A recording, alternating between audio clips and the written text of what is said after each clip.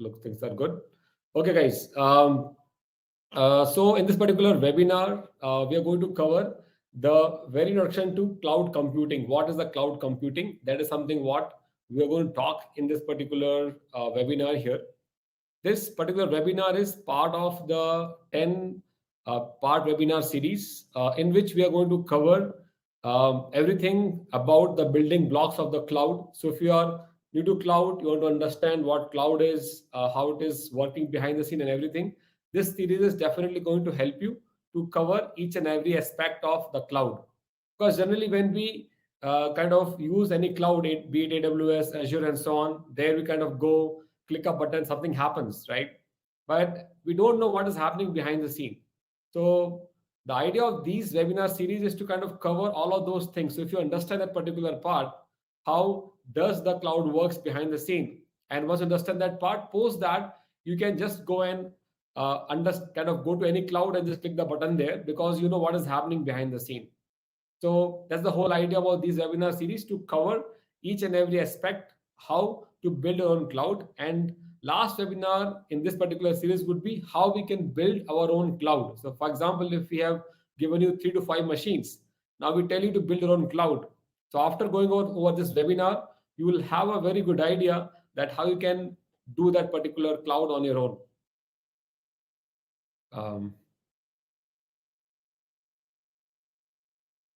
Yeah.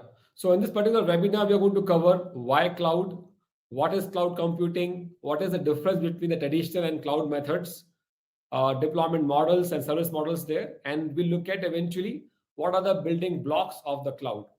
So I'll highly appreciate if you kind of just focus for the next 1 hour on this particular webinar. You can take your phone or Facebook aside. Just focus on for the next 1 year, 1 hour here. I'm definitely sure that you are going to get a very good outcome of this particular webinar to understand how does the cloud works in general. Yeah. So with that, I'm going to introduce you to our speaker, the co-speaker here, Abdul Karim. He has been a long-time DevOps engineer. So I'll have Abdul introduce himself now.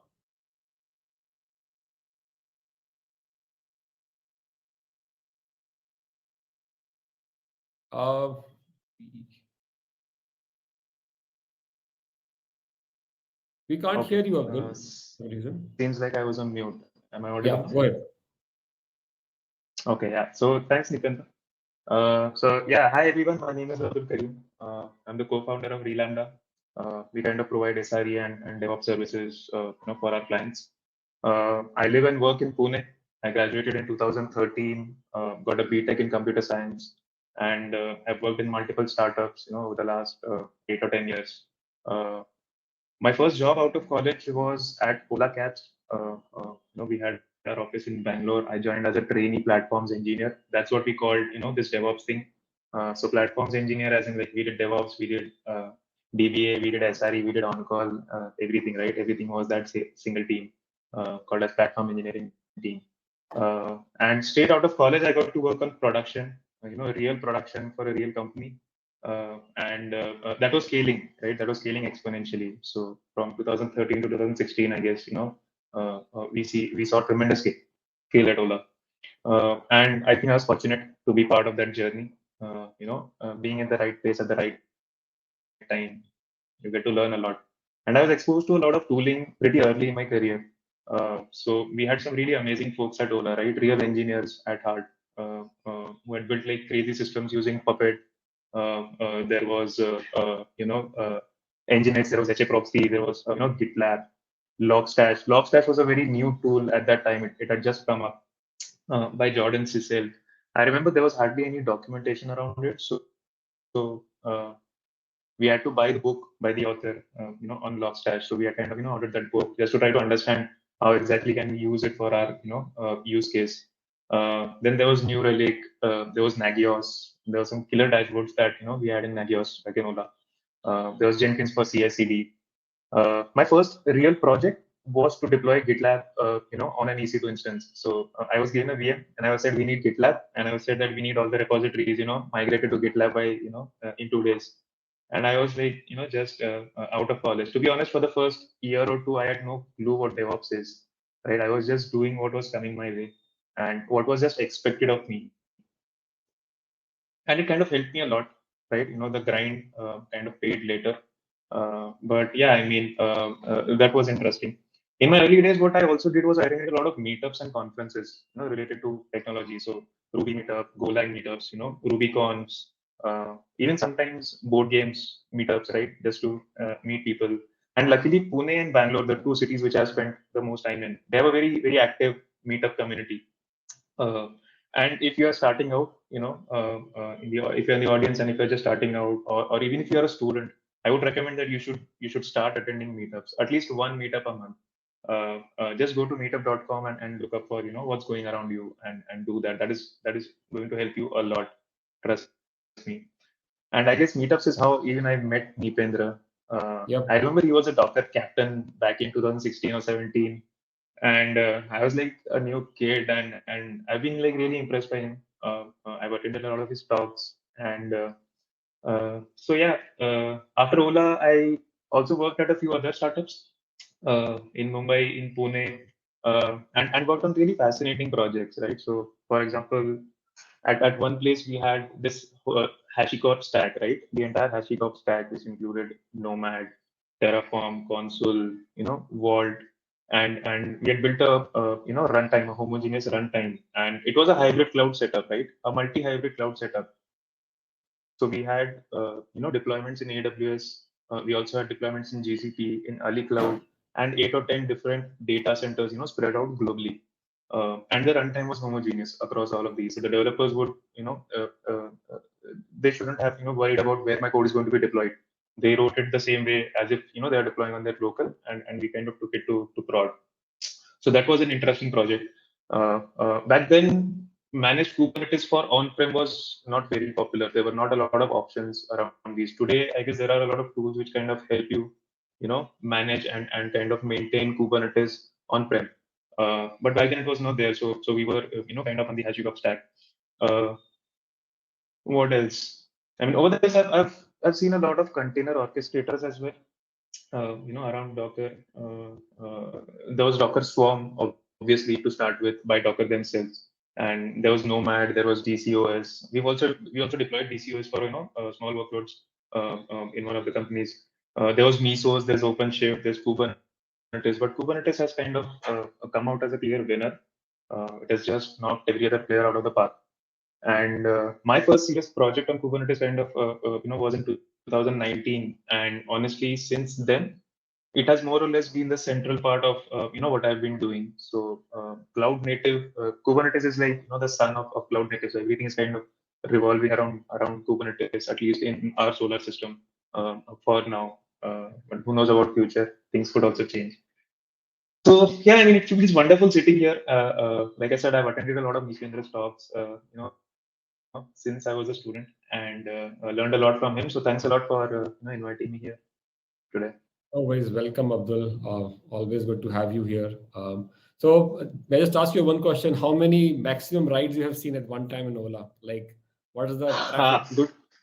Good question. I'll tell you, when I had joined Ola, there was a fun project, right? Side project that the team was working on. I think it was called 3K, right? 3K, 3000. And the idea was we'll put a LED board, and the Mhm. day we hit 3000 bookings in one day, right? We had a counter, a dashboard that those LEDs will kind of glow and we'll kind of do a party. So Mhm. that's where we started. We were operating in only 3 cities. And by the time I moved on, I think we had crossed more than 1 million bookings a day. Okay, nice, nice. So Okay, yeah, I mean, we great. had to scale. We had to scale not out of choice, but out of sheer business demand. I mean, there was no Mhm. other option. Okay, great.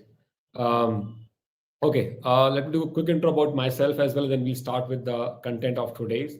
My name is Nipendra, and I'm founder of Cloud Yuga, and started Cloud Yuga close to 7 years back, and we train people on container, Kubernetes, and other cloud into tech. I have worked over 2 decades in different companies, and of course, 7 years part of the Cloud Yuga as well. I authored a book on Docker 2015, and then published multiple courses for the CNCF Foundation on cloud, Kubernetes, and so on.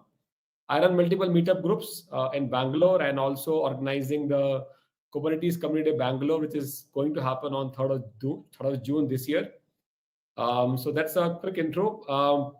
Now, as we know that all of the companies, be it logistic, be it healthcare, be it your typical IT companies, everybody is going to become a software company, right? And that is where we see the use of cloud day in day out there, right? So Abdul, can you just brief us about why cloud and then continue forward? Yeah, sure. So, like you said, every company is becoming a software company, right? Technology is evolving at a very rapid pace, especially in the last 2 or 3 decades.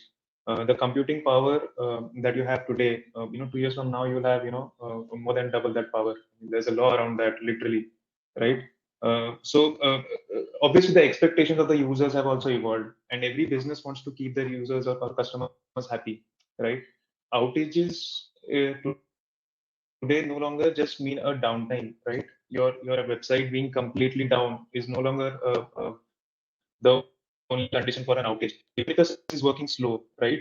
You have the risk of losing your customers. Even if your mobile app is kind of lagging for 3 seconds, there's a very high probability that the user might just uninstall and go on to something else. So it has become really challenging, and cloud plays a very important role in kind of enabling these businesses to remain efficient and on the edge, right? So I guess that's the main reason why cloud is so popular. And also the upfront cost that a business has to pay for using cloud is very low. I mean, it's literally zero. You start paying when you start using, right? So if you create an Yeah. account, you pay nothing. And when you compare it with, let's say, a very simple traditional example where you want to buy a server, you are easily talking about at least a few $1,000s, the entire setup, if you want a decent server on your prem. And there are a lot of headaches around that, right? So for example, see, every business needs some kind of scalability. So let's start with that. Your demand can be fluctuating. If you are an internet business, there is very high probability that your traffic is not going to be horizontal, right? There's not going to be a very straight pattern in your traffic, but it is going to be like a graph, with some curves. There'll be some spikes, there'll be some troughs in it. So you kind of need flexibility, right? Which you get from cloud. In traditional computing, there is a lot of rigidity, right? You need to prepare well in advance. So let's say if you have a campaign that you need to run in December, your ops team will have to start working from September, October to make sure that you'll have enough hardware, enough capacity by then. And even if you get it and your peak is done, what do you do with all that stuff, right? So the capital expenditure is very high, right? And there is a lot of rigidity. So cloud gives you flexibility, and it helps you build scalable systems. High performance is also a requirement. So like we discussed, the computing power is kind of increasing year over year, and it is increasing exponentially. It is not like a minimal difference. So how do you make sure that the hardware that you have is always up to date, right? And is latest. Cloud providers do that for you, right? So the moment there's something new on the block, you'll easily find it, in one of these public cloud offerings, and you can switch your applications to the modern hardware, right? Without worrying about what happens to the old one. Low cost, we already spoke about it. I mean, the barrier is pretty low, right? And you get charged hourly in most of the cases, not even daily. So if you want to use some resources for like 6 hours, if you want a very big machine and you want to just use it for 6 hours, you'll just have to spend a few dollars, right? So which is a very big advantage. If you go back 20 years, I mean, this was not an option for people, right? So they were kind of bound to what they have, and couldn't really experiment and innovate on things, right? So cloud has kind of made these technologies accessible to almost everybody, literally everybody on the planet, right? Anybody can go and kind of start using things. Disaster recovery. Now, this is also a very important aspect. I mean, if you are into some critical business, you can't afford to lose everything just because, let's say, there's an earthquake, or there's a robbery, or there's a fire in your data center. You just can't afford to lose everything. What you want is, even if, let's say, everything is gone in one particular region, I should have some kind of backup in place. It can be automated, it can be manual, it can be full, it can be partial, but you need some kind of recovery plan in case of a disaster. Again, cloud being this cloud cost efficient kind of solution, you can build a really solid DR plans, for your applications, for your organizations, based on what the requirement is, and how critical that particular component is. Next, coming to collaboration. Yeah, I mean, there's no one-man army, in real world. It's always good to see in movies, but in real world, you usually work with people. You work in teams. It would rarely be the case that you are kind of doing everything. So you always need a platform where more than one people can work on the same thing, right? So, for example, you and I are working on a project. I could be unavailable for some reason. I could be sick. I could be traveling. There could be some emergency. You should be able to kind of start from where I had stopped, right? And for that, these clouds basically provide a dashboard of sorts, right? And you can build processes around these to make sure that your entire team is kind of working together to solve a problem. Flexibility, I guess we've already spoken. It is scalable, it makes things accessible and stuff like that. So yeah, I mean, cloud is pretty flexible in terms of that. Cool. Coming to forecast. So according to the report published by Gartner last year in October, uh, these are the estimate.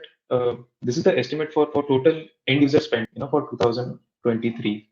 And if you compare this data with the last 2 years, you'll see that the industry is kind of growing substantially year on year, right? And when the revenues kind of grow, this is a sign that this is a healthy business.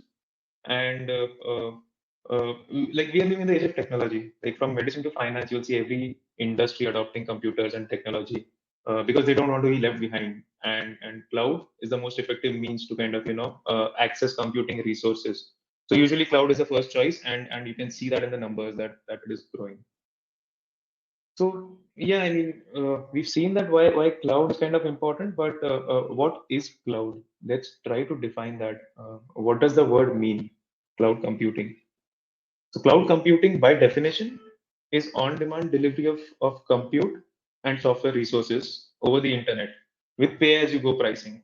So the words that are highlighted are key in this definition, right? So words like on-demand. So if you want an analogy, you can quickly think about, there are services like Uber and Ola which are available, but still people do buy cars, right?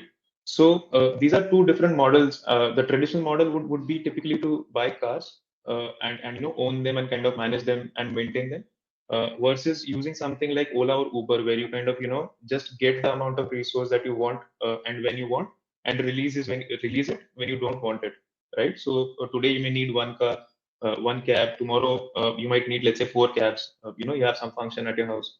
So cloud computing is similar to that. So if you want CPU, if you want memory, if you want storage, right, you can go to this cloud provider and say, okay, fine, this is what I need right now, and they will start billing you as you go, right? And all these services are kind of accessible over the internet, right? And hence the word cloud. So over the internet means you can access it from anywhere. That's what makes it powerful, right? You're not restricted to kind of having physical access to your infrastructure. It is available from everywhere across the globe. So yeah, I mean, let's now jump into a brief history of cloud computing. Like, how did it all start? Uh, some people say that cloud computing is pretty old and it's been around since 1960s, when scientists first kind of explored the idea of time sharing. But for practical purpose, we can assume that the birth of AWS is the birth of cloud, because that's when it kind of boomed, right? And everybody wanted a piece in the pie. So we saw companies like Google and giants like Microsoft, jumping into it. And today, GCP and Azure are kind of significant competitors to AWS.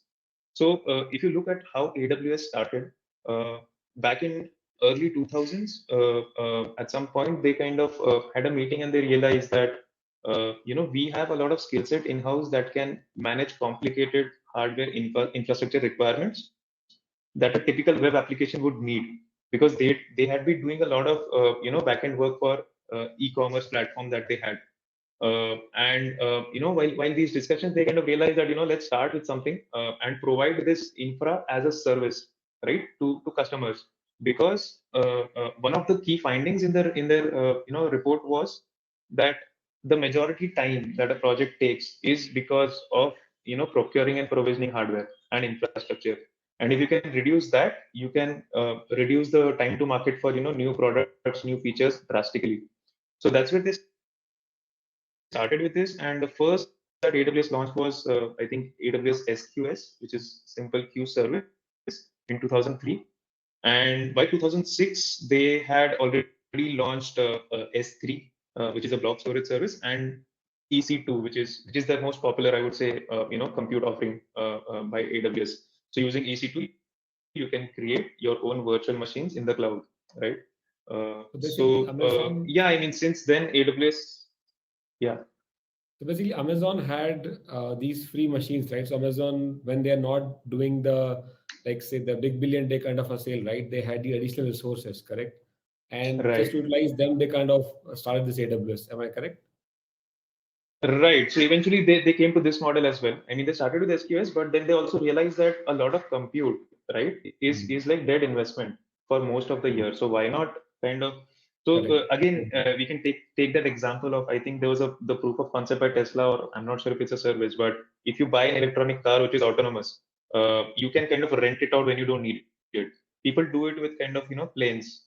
They buy planes, but since it is so costly, they kind of rent it out, and they only use it when they need it, right? So that's Correct. kind of thing that AWS tried, that we have so much of compute, right? Let's just rent it out when we don't need it, right? And when we need it, we'll see we can Yeah, that's procure it. why So yeah, that's why, that was one of the motivations. Yes, yeah, that's how the business works, right? Yeah, Jeff was really correct.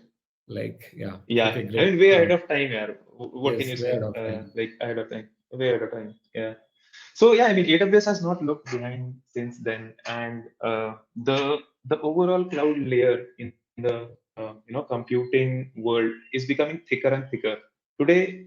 And by that, what I mean is today there are more than 200 managed services being offered by Mm. AWS, or almost 200 services, right? Uh, so see, I mean, what happened was they started EC2. They saw that a lot of our customers are using EC2, but they are deploying typical applications like MySQL, and they are Mm. struggling with it to maintain the uptime of that MySQL. So they said, okay, fine, let us do it. Let's take this problem. Let's build RDS. So that part Correct. got integrated in the cloud. They saw Redis.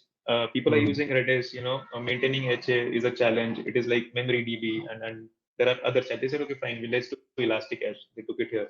Okay. Kubernetes. They saw everybody is using EC2 Kubernetes. So they are becoming thicker and Correct. thicker. And one day I Correct. think they'll Correct. do everything. But yeah, so that's like a history of cloud, and how kind of they got into this, and they are kind of Mm. innovating till today. Okay. So let's take an example of how we can, what is the difference between traditional computing, cloud computing. So I'll walk you through one of the Sure. part of it, that what is traditional computing, and so we'll just take an example with an example here. So what we'll do here, we'll take an example of which I think all of us use these days is video streaming, right?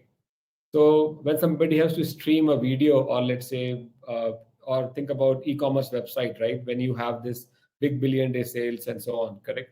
Now to run all of these application, right? If we try to see how we can deploy this kind of application in traditional model and the cloud model, and then we can see a differentiation, right? How does the traditional would behave and how would the cloud would behave in such way, right? Because all of us want to use these services now. This is our demand, right? This is a customer demand, right? Customer want to view the movie right now. Customer want to view the IPL match right now when on the go, right? So let's try to understand, if we have to kind of do in a traditional way, what are the things are required, and what are the challenges we're going to face there, right? So first of all, if we kind of deploy this traditional the sample application traditional workload, what we'll typically do is we are going to buy an hardware, right? We buy, let's say, 128 GB machine with 24 CPU and all that stuff, right? And we say that, okay, our app is now going to be deployed on this machine, and then we'll serve our customers. So perfect. Okay, you make one server up, deploy our applications, and start serving. Of course, it will serve for some of the customers for sure. But then what if our hardware goes wrong, right? Let's say our RAM got corrupted, something like that happened, right? Our entire machine is now no longer available now, because if RAM is not there, what we can do, storage, CPU, whatever. If one of the hardware fails, the entire application would not be served to my customers anymore, right? And that's going to become a challenge in traditional way, because we have just taken one server for now as a thing and try to deploy our application on top of that. Then what can happen is, what if the network is down? The same kind of problem is going to happen if you have a single network connection and you can't virtualize that, you can't scale it up as per the requests are coming, right? So today you are getting, let's say, 10 requests per second, but then you kind of increase the traffic and so on. And it can happen that your network can become a bottleneck, right? It's not down, but it's a bottleneck now. So it can't handle more than 1,000 requests per second. But if there are more and more people joining on the mobile or phone, whatever it is, right, you can't serve them. That's going to become a challenge for you. The other thing is that, for example, let's say you have deployed this server at your home, or for whatever reason that, okay, let's say the entire power is down or cyclone has come, whatever happened, right? Your entire machine is no longer available, right? You're in a company data center, wherever the machine is, and if you don't have the backup of it, right, or how to kind of make it highly available, it's going to become a challenge. Correct. And that is what challenges what we are going to see in the traditional methods, that we are going to have challenges, what I mentioned. Then there's going to be challenge of scalability. So if you look at what I'm showing you on this on the screen here is the traffic, right? So what kind of traffic you have. So we are saying here on different dates, but on the 19th and 21st of whatever that particular period is, we had jump of lot of users there, which are in millions, right? Now, of course, your single machine cannot handle that. Okay, for let's say you say that, okay, no, I'm going to get the biggest machine and configure on top of it, right? Now, if you configure that machine, that high-end machine and so on, it is basically utilized at this particular time frame only, which means on the remaining time, you are just going to basically waste the resources there. If you don't use the resource, there's no point, right? So that's going to be the issue of scalability when the traffic is increasing. First of all, how you would kind of scale on demand, right? Like today I have so much traffic, but the traffic increases, I want to add more stuff. In traditional way, it is very difficult. Of course, you'll say, okay, I'm going to add more for physical machines and connect them. But again, the same problem, right? You have to procure that machine in advance. You have to know how much traffic I'm going to get in future. You have to plan all that stuff, right? And that's going to be very costly affair for you. Then high availability is similar stuff, right? Like if the entire machine goes down for whatever reason, right? What next, right? So these challenges are we are going to face in terms of if we go in the traditional way, because in that scalability is hard, high availability is hard, and of course the upfront cost is very high. If you say that, okay, I'm just going to get the best machine in my data center and I'm going to make it run, unless you kind of do it in a kind of intelligent way, which look at right now, it's going to be very challenging. So, Abdul, what's next, right? We saw the challenges here with the traditional way. How we can go with the cloud way now? Can you just walk us through that? Yeah, sure. Let's see how we can take this, video streaming application to the cloud.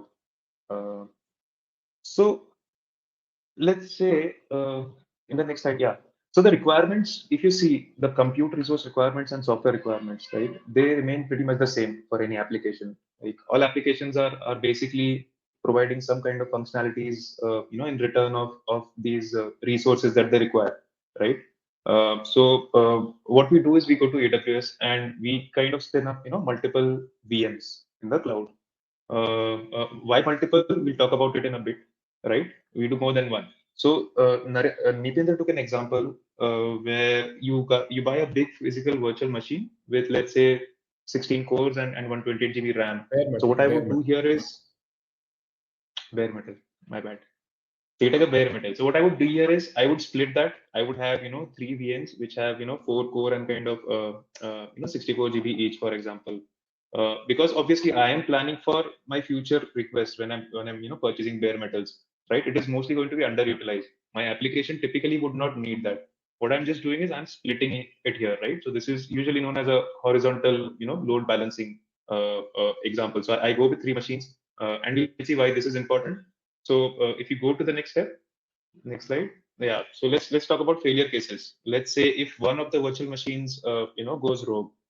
Same thing, your RAM gets corrupted, or if your RAM is full or disk is full, your OS is going to stop responding, right? So what happens in that case to my customers, right? Because as a business, I need my customers to be able to access my service. So if you see here, even if let's say one VM is corrupted, the traffic kind to the two VMs, or rather it is already being served, right? It's being served in a round robin fashion. You can imagine, right? It is being load balanced. So if one VM is down, my customers are still able to access. And in the meanwhile, what I can do is I can, my ops guy can go and repair the VM. He can kind of delete it and, create a new one. And it is pretty quick. It takes 2 to 3 minutes usually to bring up a new VM, right? Which is drastically faster than replacing a physical, hardware. So that is a very big advantage here, right? So you can easily mitigate hardware failures by designing your infrastructure, right? By creating an architecture which is kind of highly available. So let's say if there's a natural disaster, right? If there's a cyclone, obviously if I'm creating a VM in the cloud, it is going to be in some data center that AWS is managing, right? It is just that I'm not managing that data center. So that data center can also be affected by something. So what do we do here? So if you go to the next slide, uh, all cloud providers are kind of spread across continents. AWS has data centers in multiple countries in every continent. So does Google and so does Azure, right? Most of the popular cloud providers, they have these data centers in every region per se. So what you can do in case of a disaster is take your workload, lift it and kind of deploy it in a different region, right? Now this step can either be manual, right, which might take you, 30 minutes to an hour if you have all your, Terraform and infra and code in place. Even if you're doing it manually, in a couple of hours, you can easily bring up the same setup in a different region. If you plan properly and design this architecture well, you can also have an automated kind of shift of workload. Let's say if this region is inaccessible, you can configure your DNS to kind of point everything to another region, right? So there are multiple strategies that you can adopt when using the cloud, right? And we spoke about accessibility, right? This is what cloud provides us, right? Accessibility to do, implement architectures like these. So yeah, I mean, let's take at this example, the same example. You get a sudden spike on, Wednesday of a week, right? So if you see from Monday, Tuesday, Thursday, Friday, Sunday, you're getting an average traffic of whatever 2.5 million. But suddenly your traffic grows 10 times, right? Now logically you need 10 times more compute to serve that traffic, right? That's what simple math says. In case of cloud, what I can do is I can just simply create 10 machines, maybe 3 hours in advance, because I know that there is a crucial match on Wednesday, and I know that there are going to be customers just coming in for that day, right, to see that match. Or if I'm Flipkart, I know that I am selling big billion day, so there is going to be a lot of customers, right, on that particular day or a week, right? So you can prepare in advance. I can create 20 more virtual machines, right? Just to be sure that I have overcapacity, run it for a day. And once my campaign is done, I can get rid of those machines and come back to 3 VMs, right? So this is the kind of power that I have. I rent the infra when I want, and I kind of release it when I don't want, right? And on an hourly basis. Again, high availability, we discussed, you can have a multi-region kind of architecture deployed to mitigate and kind of achieve, these high availability in your system. So the core about high availability is that your service should be accessible irrespective of any outages or issues in the system, right? There should not be any single point of failure. So for example, if you have 3 VMs and one goes down, your entire application should not go down, right? Somehow it should work with the other two, right? If you have 2 regions and one region goes down, your entire application should not go down, right? It should somehow work, right? You may work in a limited, functionality, right? But it should work. So summarizing this, scalability gets pretty easy when you're using cloud. Obviously, it depends on the user, right? You as a consumer of cloud, how are you designing things? If you go to cloud and if you just create one VM and you point everything there, in a way you're going to face the same challenges that Nipendra discussed in traditional computing. But cloud gives you an option, right, to build scalable systems. It gives you an option to build a highly available system, right, which does not have single point of failures, right? And the upfront cost is low with clouds. Of course, there are a lot of other benefits as well, but I guess these are the key points that I think have made cloud so popular. and this is probably why you should know about and get into this. Okay, so moving to cloud deployment models. So there are multiple ways you can kind of adopt cloud or use cloud, right? So the popular names that we've spoken so far: AWS, GCP, Azure, DigitalOcean. These all come under the category of public cloud. Now, public cloud is something which is kind of accessible to, let's say, everyone. You can go and log into AWS and create an account and start using, their resources. So that is a definition of public cloud. It would typically provide you services like VMs, right? Compute, server, CPU, memory. It will give you storage options, right? Multiple storage options. It will also give you a bunch of managed services, which are popular among developers, like we spoke about RDS and Elastic Cache and Redis and stuff. And there is a long list. So that usually comprises of a public cloud, right? These all things come together and they form a public cloud. Uh, these days, you can also kind of restrict access based on users' location, or you have some client based access that you can manage. For example, you can set up VPN. So only if people are connected to VPN, they can kind of interact with your public cloud deployment, right? So you can also have those kind of deployments. Uh, Moving on to private cloud. Private cloud, imagine that you are running your own AWS, right? For your developers. So for example, you have 100 bare metal machines running either on your prem or in a co-located data center, and you want to basically get these abilities to create virtual machines, to create storage, to kind of expose a service to the internet, to set up firewall rules, right? Security groups. So what you do is you kind of build your own cloud in your own prem. There are some sophisticated frameworks like OpenStack, that you can use, but these are like kind of very specific, and they require a bit of maintenance, more maintenance, I would say, than maintaining a cloud setup, right? Because you're dealing with a lot of hardware in this case, right? uh, Banks may be using private clouds, right, where security is a must. Those are use cases where people kind of still stick to private clouds and they don't really trust the public clouds. Next, coming to multi-cloud. So yeah, I mean, this again, multi-cloud is nothing but you use more than one cloud at a time, right? So like I said, you could use AWS and GCP together. You could either deploy the same application or different applications, but your application, your product is dependent on both the clouds, right? Again, you could do this for multiple reasons. There could be some compliance, constraint on you that the data cannot, travel out of the physical boundary of a country. And AWS is not having a data center in that country, but Ali Cloud is. So what you do is you run your stuff in AWS as well as Ali Cloud. Of course, there'll be some common components, but you will use both of these clouds together in sync. So yeah, that's multi-cloud. Next slide, please. Yeah. So hybrid cloud. Let's talk about hybrid clouds. In hybrid cloud, what would happen is typically you would have your own private on-prem deployment where your applications are running. And consider a common example where you are a company that is running on-prem and you want to migrate to cloud. Typically, this does not happen overnight, right? You cannot do it in one shot. You cannot just say, okay, fine, like starting Monday, everything goes to cloud. You will have to plan your migration step by step. So if you are in this company, you will definitely see a hybrid cloud setup for a while, where you're kind of lifting services from your on-prem and kind of shifting them to the cloud.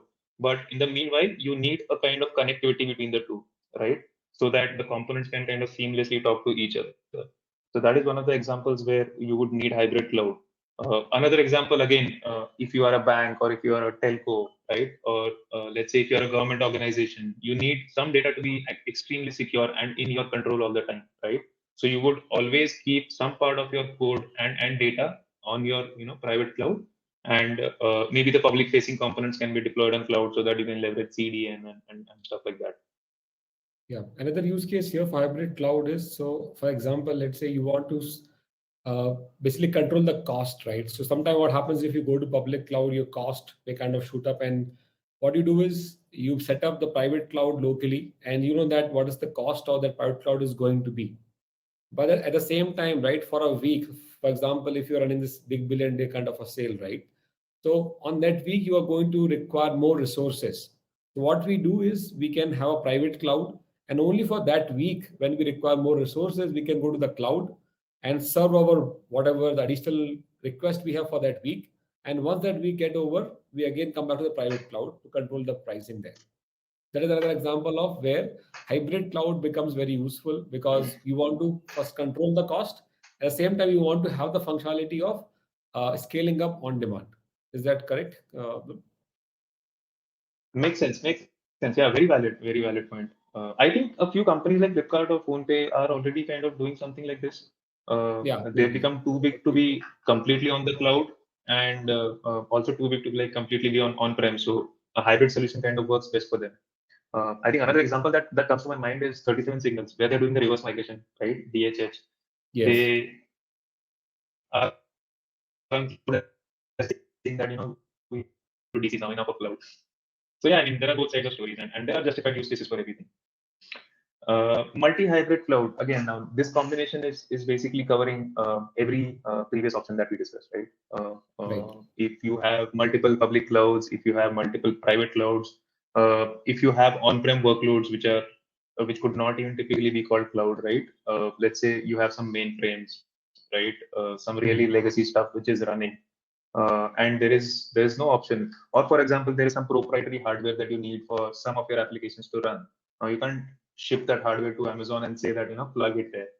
You have to kind of figure out a way where you kind of run it, and also your other applications kind of can make use of it, right? So a multi-hybrid cloud usually is a very specific architecture, and usually when people are starting up, or companies are small, right? They don't kind of go into all of this. They try to stick to either on-prem or just one cloud, right? This is a very complicated and an example that typically enterprises would have, I would say.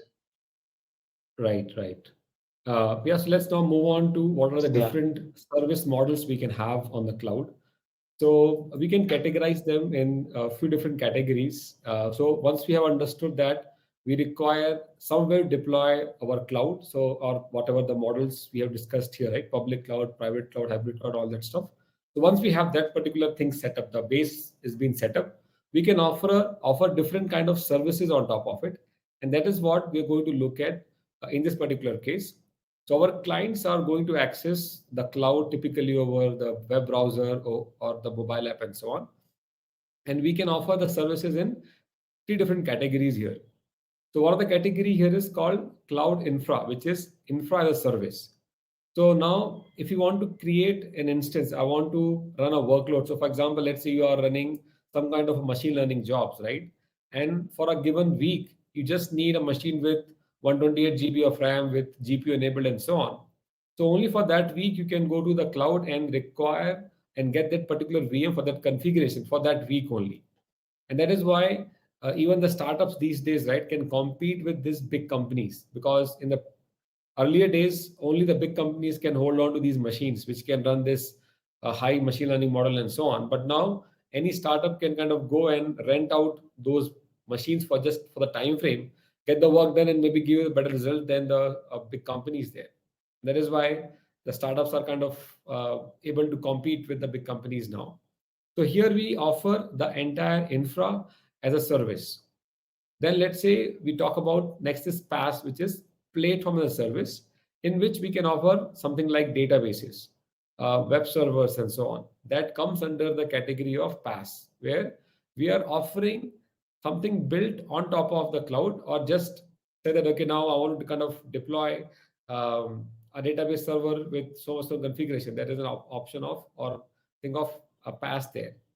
Then we have something called as SaaS, software as service. So your Gmail is your SaaS, your Zoom is a SaaS, right? So all of these things come as a SaaS service, which consists of CRM, ERP, and other stuff as well. So all of these things are going to come under the category of SaaS, software as service. So some of the example of, sorry, I think I just need to go to the previous slide. So the example of IaaS is AWS EC2 instances, DigitalOcean droplets, Azure instances. So basically there, you just go and create a VM instance that is going to be the example of infra as service there. Then we have PaaS, which is platform as service, where we go and deploy our application. So as an app developer, I don't care about per se where the infra is coming from. I'll just go and request that I need a way to deploy my Python application or Java application and so on. So I'll go to any one of these tools which has been given by my cloud models. And then I would say, go and give me, or I want to deploy a Python application, I'll give my Git repo location. And after that, once I give the Git repo location, the next step is taken care automatically. It would be deployed, it would be auto scalable and so on. And it will become a responsibility of the cloud provider to make sure that that app is running 24/7 and everything. That would be the responsibility of the underlying cloud provider. So I'm not bothered about the maintenance of the underlying machine and so on. I just care about this application which I have just given, and it would be run 24/7 by my provider there. By the way, if you guys have any questions, please keep them coming in the chat. We'll answer all those questions once we finish our presentation. So please put a question on the chat here.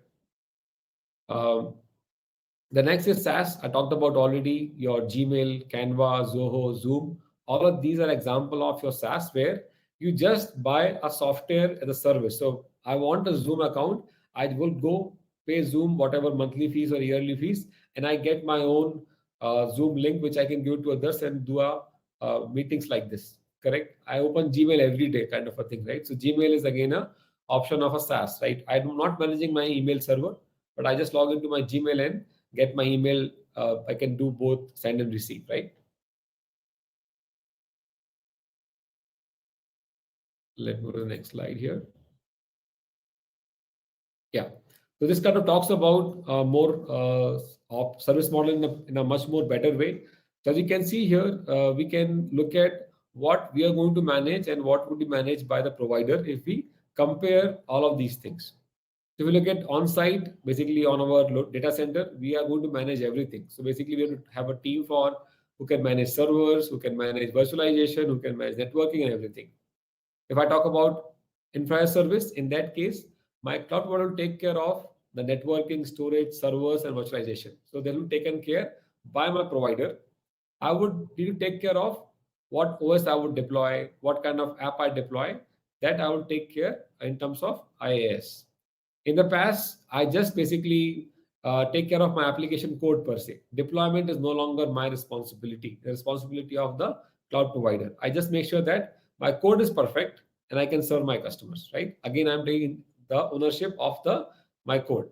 In case of SaaS, even nothing is required. You just go and pay whatever, right, per month fee, and then you just get a service like Zoom, right? Same thing, right? You just pay per month, and you can use as many video calls you can. You're not worried about what's the code of Zoom and all that stuff. No, you just kind of go and become consumer of it, right? That is what we have the different comparison of different service model here. Okay, so let's move on. And now the last part of this particular webinar is what are the different building blocks of a cloud, which we are going to explore in the upcoming webinars one by one in great detail. But I just want to give you an overview. What are the building blocks of a cloud? And if you understand that, you kind of able to relate what is happening behind the cloud when you create an instance or create something, right? So let's look at what are the building blocks here. So first of the building block here is the virtualization. So in this, we are going to create the VMs on demand. So the way cloud works is, of course, because you're going on the cloud, somebody is managing that underlying infra for you, right? So AWS, Azure, or whatever, they're going to be real engineers who would connect those physical machines together and so on, correct?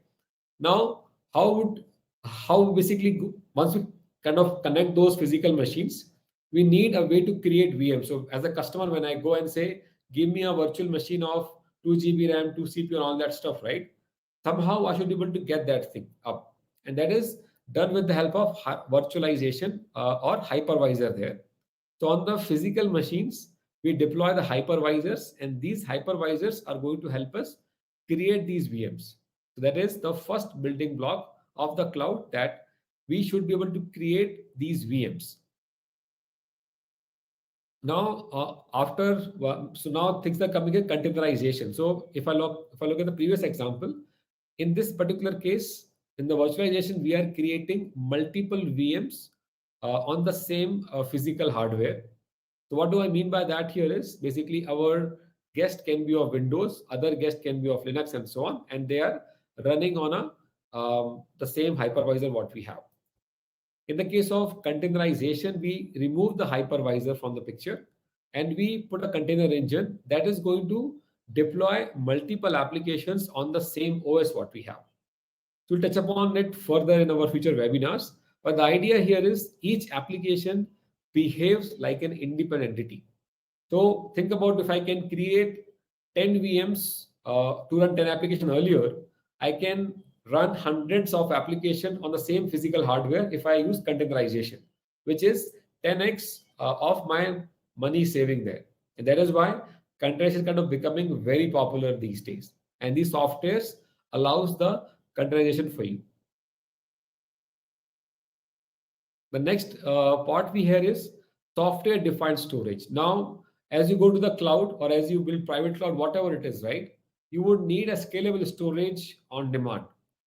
So how will we do that? That is being possible with the help of software defined storage. So what we do here is we are going to kind of combine the storage from multiple machines. So for example, think about, I have 1 terabyte available from one server, two server, and this physical SAN here.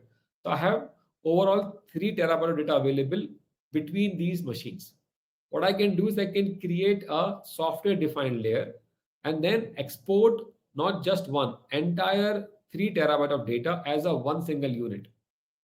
So what we are doing here is we are combining all the storage available on different machines, putting them together and make a single export out of it. And that is possible with the help of software like Ceph, GlusterFS, VMware, vSAN, and so on. These softwares can combine the resources, the storage together, and give you one single unit. And that is what's happening in the cloud. So cloud providers basically behind the scene run some of these kind of magic. They are going to take the resources from multiple machines, put them together, and then export. Then we have software defined networking. So now, as you're going to bring your machines up and down very quickly, be it your VM, be it your container, and so on. So these instances, what you're going to have, they go up and down at random time, right? And when you scale up, scale down, the number of instances would also kind of vary. Now to control that, we have something called as software defined layer or software defined network, in which we can basically virtualize even our network as well. So we may have a single network card at our physical machine level, but we can virtualize it and give every machine a unique or kind of independent network card there, and they can connect. That is what we mean by software defined network, where you are virtualizing your network itself. So all of this 5G, all of your mobile phones and so on, they are being done by your provider. So when you connect, I'll not go into much of detail there, but a lot of your 5G work requires some of these SDN thing and so on there. Then we have something called as object storage here. So now what we have understood so far with the block storage part, in the block storage, typically we store our files. So we have like regular files, like which can be PDF, JPEG, PNG, and so on, which we dump into the block storage. That's perfectly fine. But what if I have different kind of data sets? I have, well, say one video file, one image, then one just configuration file. There are different kind of files I can have for my environment, and to store that kind of information in one single place in an effective way, we can use something called as object storage here, and that is going to help us store discrete kind of objects in a much better way. So typically, if you look at when we create these a folder, right, in our Linux or Windows, right, we kind of store similar kind of files there, right? All the regular files. But when you kind of store these configurations, zip, binary in one go. We need a way to effectively search and store them, and that is where this particular thing becomes very useful. And again, we are going to explore it further in our coming webinars. Um, Next is serverless. So the idea behind serverless is you have an application, you break down that application to functions, and then these functions get executed as per the requirement. So for example, I'm sure that you would have used a service like that where you basically upload a kind of a PNG and you want JPEG of it, right?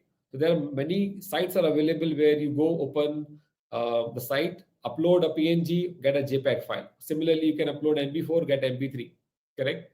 So those kind of services, how you can run them easily. So if we have a simple function, that function can take an input of say JPEG and give you the PNG output. That is a function, right? So what we are doing in this case is we are kind of creating these functions for our given applications. We divide them into functions, and then these functions get called on demand. So I'm not running my entire app at anywhere. Only when the requirement comes that I want to convert JPEG to whatever, right? PNG, I would start that function, perform something, and then go away. I would not use the compute. Now, why talk about compute here? Because cloud providers charge you by the compute you use, right? The number of hours CPU consumed, the number of the memory you've used, and so on. So if you use more CPU, more memory, you're going to get more cost, right? But if I say that I'm not going to use it all the time, I just use it when the request has come.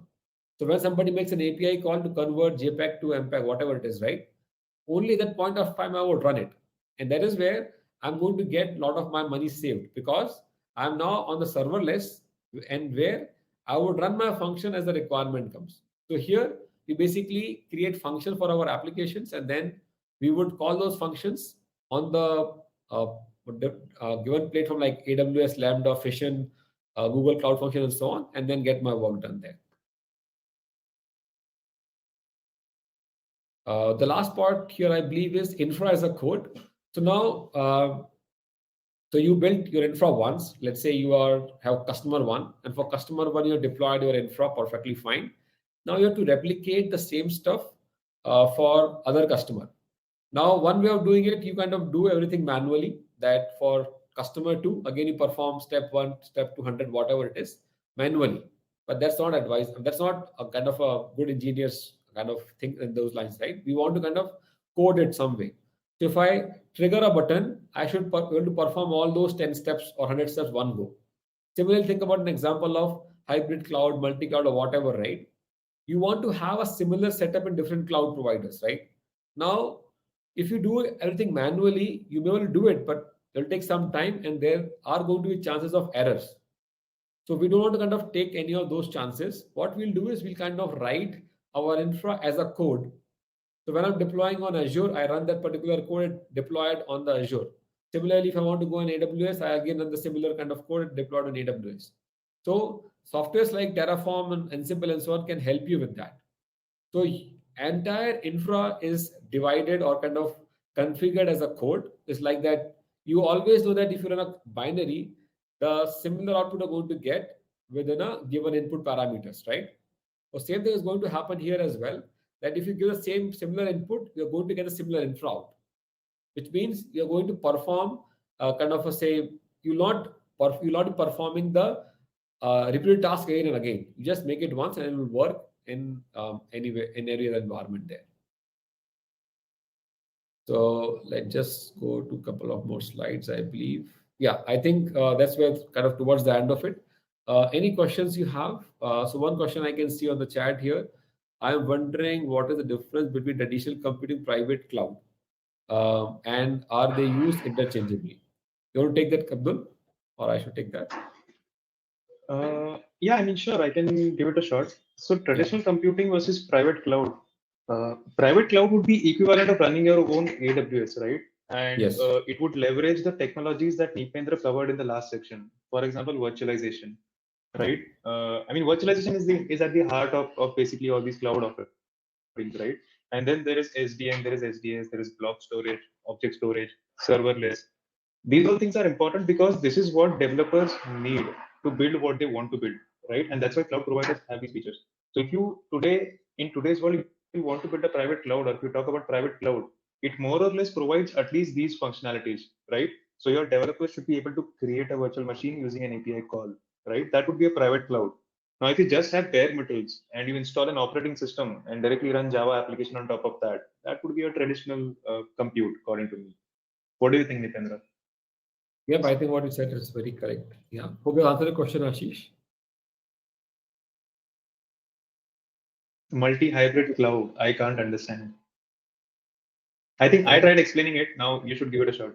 There's a question Okay. Okay. about multi-hybrid cloud. Okay. Yeah. Sure. Sure. I'll go with just a minute. Okay. Okay. 1 minute. Okay. So the thing about multi-hybrid cloud. So let's go it.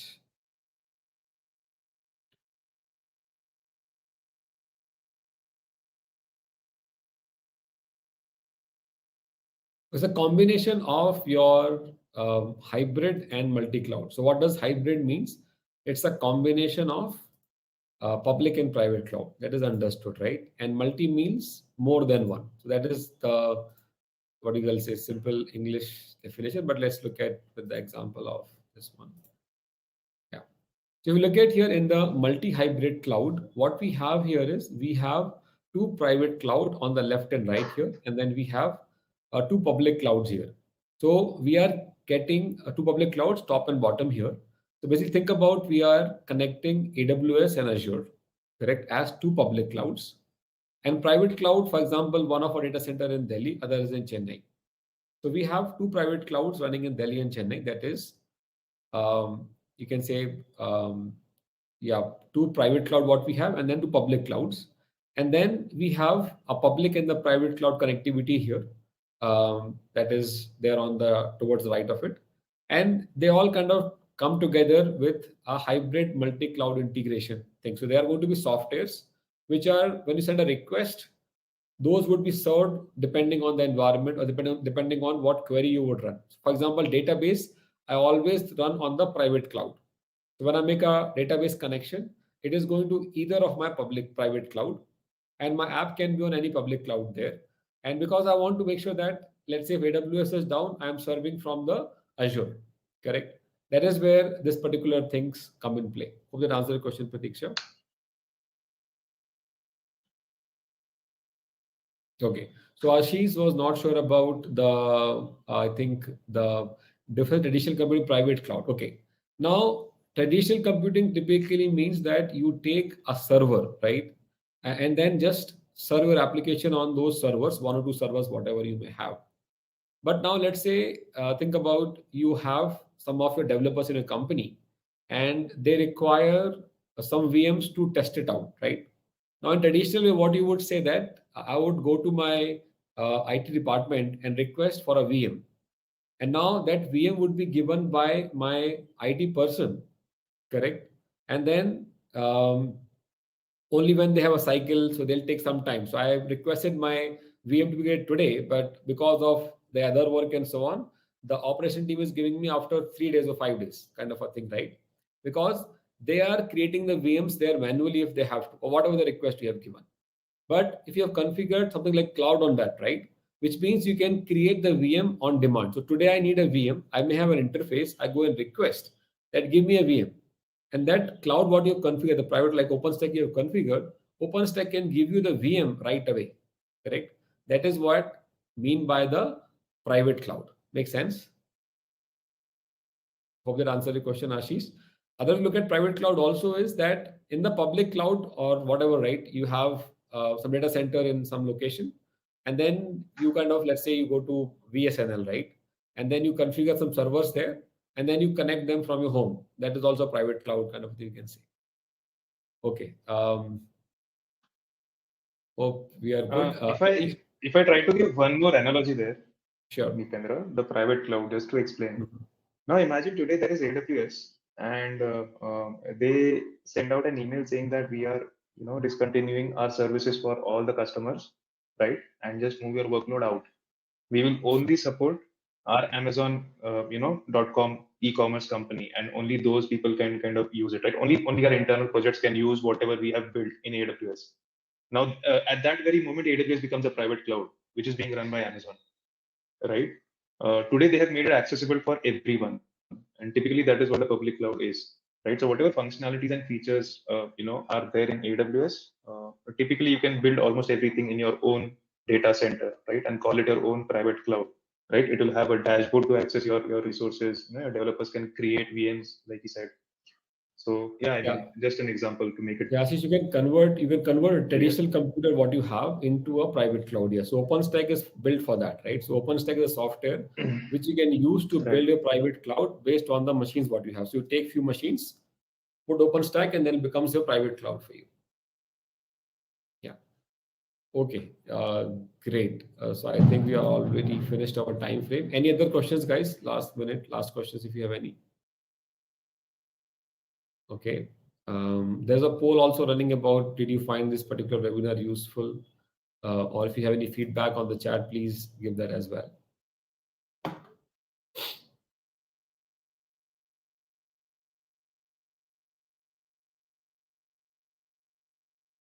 Okay, thank you, Abdul, for joining this particular webinar with us. And there is My a pleasure. long series. I think we can again have you for one more time if you want. Definitely would love to. Would love to. Yeah. Okay. Thanks for having me here, Nipendra. Yeah. Thank you everyone for joining in. Thank you again, Abdul. See you guys soon on the next webinar, which we'll announce very soon. Okay. See you guys. Bye bye.